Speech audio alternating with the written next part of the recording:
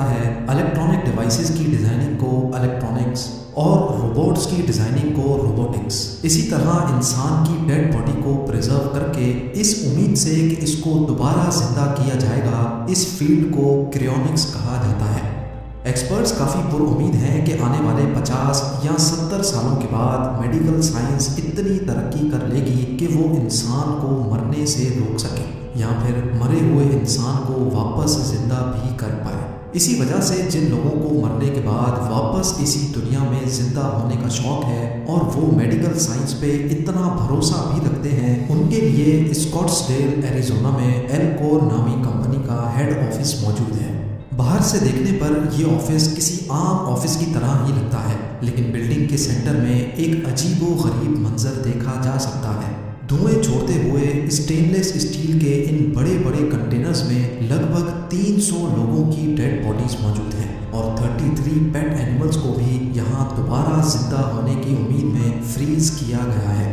यहाँ इंसान की मौत को उस अंदाज से नहीं देखा जाता जैसे हम देखते हैं, बल्कि एल्कोर की टीम का मानना है कि ये लोग भी नॉर्मल इंसान हैं, बस उनका दिल नहीं धड़कता और वो एक लंबे अरसे तक चुपचाप सो रहे हैं। इसके अलावा इनकी बॉडी का हर एक पार्ट बिल्कुल परफेक्ट कंडीशन में है।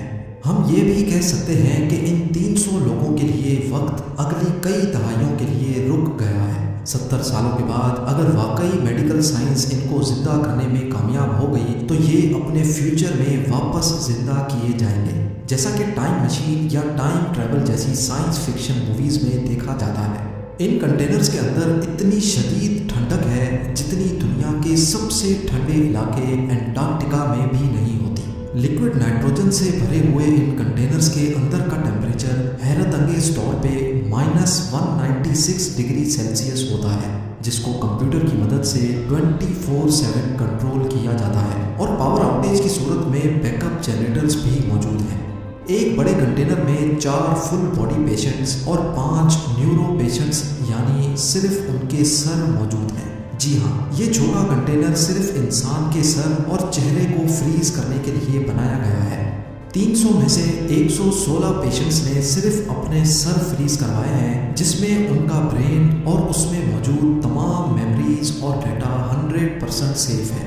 क्रायोनिक्स रिसर्चर्स का मानना है कि जब इनको वापस जिंदा किया जाएगा तो इनका सिर्फ फेस और ब्रेन इनका अपना होगा, जबकि इनके बकाया बॉडी पार्ट्स आर्टिफिशियल होंगे। इनको अपने मरने से पहले की तमाम चीज़ें अच्छी तरह याद होंगी और वो अपने ब्रेन को वैसे ही इस्तेमाल कर पाएंगे जैसा एक नॉर्मल इंसान करता है। इनकी आर्टिफिशियल बॉडी इनके अपने ब्रेन से सिग्नल भी रिसीव करेगी और इनका आर्टिफिशियल हार्ट वैसे ही ब्लड को पंप करेगा जैसे असली दिल करता है। लेकिन सवाल ये है कि ये सब मुमकिन कैसे होगा। क्रायोनिक्स इतना सिंपल भी नहीं है जितना हमें नजर आ रहा है। सिर्फ लिक्विड नाइट्रोजन में बॉडी को डाल देने से काम नहीं चलेगा, बल्कि ये एक फुल प्रोसेस है और बहुत कॉस्टली भी।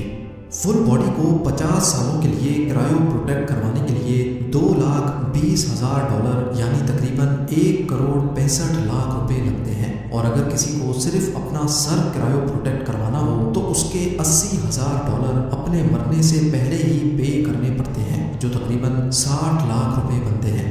कंडीशंस एक्सेप्ट करने के बाद जब सारी डॉक्यूमेंटेशन कंप्लीट हो जाती है तो अब पेशेंट का नाम एल्कोर की वेटिंग लिस्ट में शामिल कर लिया जाता है। वेटिंग लिस्ट का मतलब होता है कि एल्कोर के डॉक्टर्स की टीम अब पेशेंट के मरने का इंतजार करने लगती है। जी हाँ, डॉक्टर्स की एक रिमोट टीम जो 24 घंटे ऑन कॉल रहती है। जैसे ही उनको खबर मिलती है कि पेशेंट मरने वाला है तो वो फौरन हॉस्पिटल पहुंचकर अपने खास इंतजामात करना शुरू कर देती है। पेशेंट के मरने के फौरन बाद उसको 1 घंटे के अंदर अंदर एल्कोर की फैसिलिटी में लाया जाता है और उसकी बॉडी पर क्रायो प्रोटेक्शन का प्रोसेस स्टार्ट कर दिया जाता है।